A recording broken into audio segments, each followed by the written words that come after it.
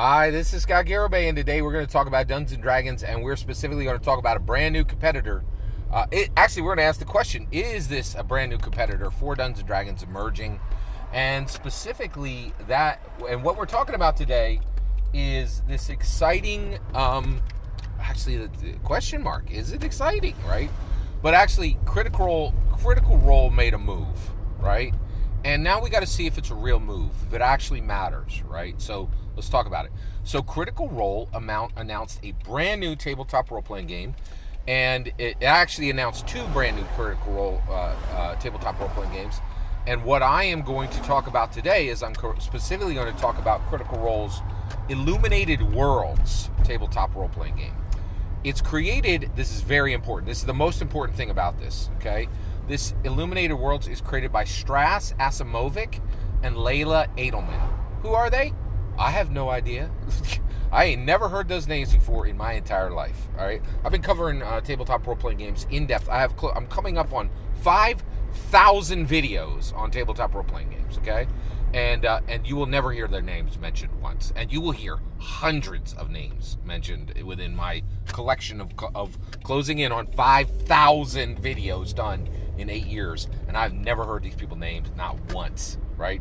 So first of all, what is Illuminated World, right? Illuminated World is a universal system, okay? That's actually exciting because there are some existing universal role-playing games. Let's talk about them. GURPS, completely irrelevant. Art has always been close to garbage. I'll tell you right now, to me, there's a quality standard that's been set by Dungeons and Dragons, okay? And that standard is the best fantasy. Dungeons and Dragons does not use Dungeons and Dragons artists. It uses Magic the Gathering. Magic the Gathering is a factory line for the best fantasy art in the world, right? If you're a fantasy artist, your only goal is to get one piece in Magic the Gathering so you can go to 100, you can go to literally 100 conventions a year and have people sign your name on the card they printed.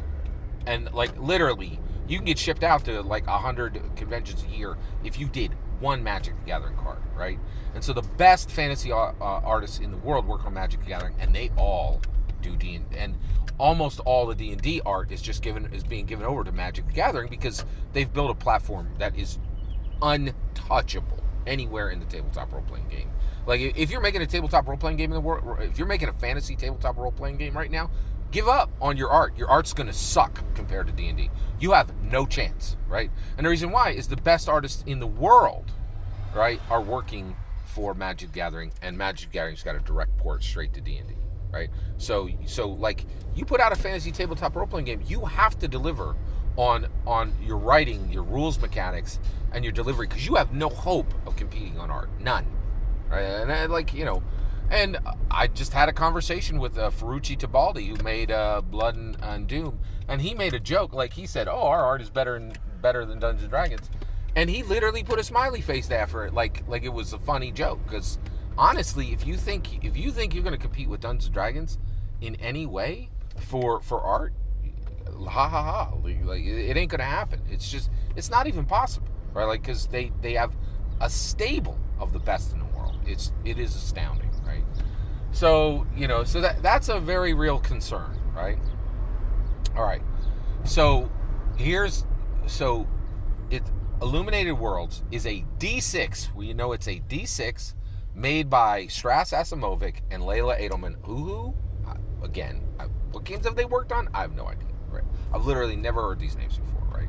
And I don't understand this. Like, the whole, like, you announce a Critical Role tabletop role-playing game, the world's ready, right? Like, James Introcaso, Amanda Heyman, try to break her off, right? Like, Kelsey Dion, right? Like, Kelsey, like, get this. Why on earth would you hire these two when you could go hire Kelsey Dion? It's outrageous, right? Like, why would you hire no names to create a Critical Role game, right? It makes no sense, right?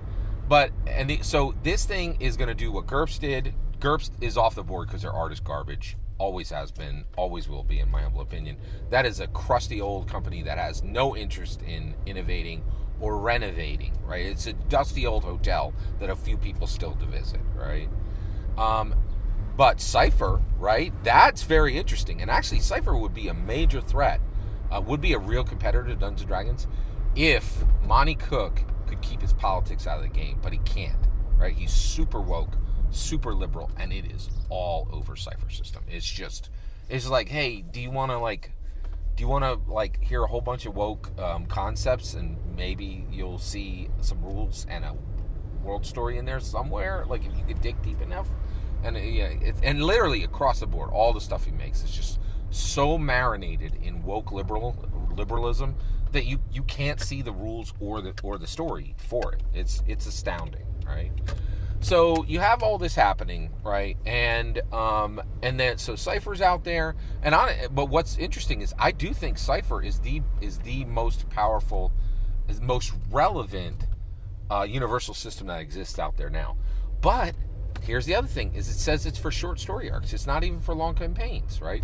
So is this a real competitor to Dungeons & Dragons? Absolutely not. If you had said Matthew Mercer was going to write this, 100%, it might actually be a competitor. But Matthew Mercer's like, I don't really take calls from Darrington Press. I do pick up the phone when Hasbro calls and ask me for their next D&D canon art pack. So apparently, Darrington Press can't get a Matthew Mercer to write a book, right? Even though he owns the company, like Critical Role owns the company, but he ain't taking calls from Darrington Press editors. Absolutely fascinating. So there's been a lot of squawk that these are real competitors for Dungeons & Dragons. They are not. They're not even as good as Ferrucci Tibaldi's Blood and Doom, which is coming out for right now as a Kickstarter, and I think is the number one D&D competitor coming out of the indie scene, right? And so there was a lot of excitement, and I think it was worth covering these new Critical Role tabletop role-playing games. But these are laughable jokes that are never going to have any competition for Dungeons & Dragons. But there's a lot of people. Character sheet, the character sheet on comicbook.com has really, in my humble opinion, crafted this facade that these are real competitors. They are not. They are absolutely not real competitors. Every single word of that is my humble opinion. What's important is when I get to hear your humble opinion, when you get in the comments and send your traffic. Please consider liking and subscribing. Have a wonderful millennium.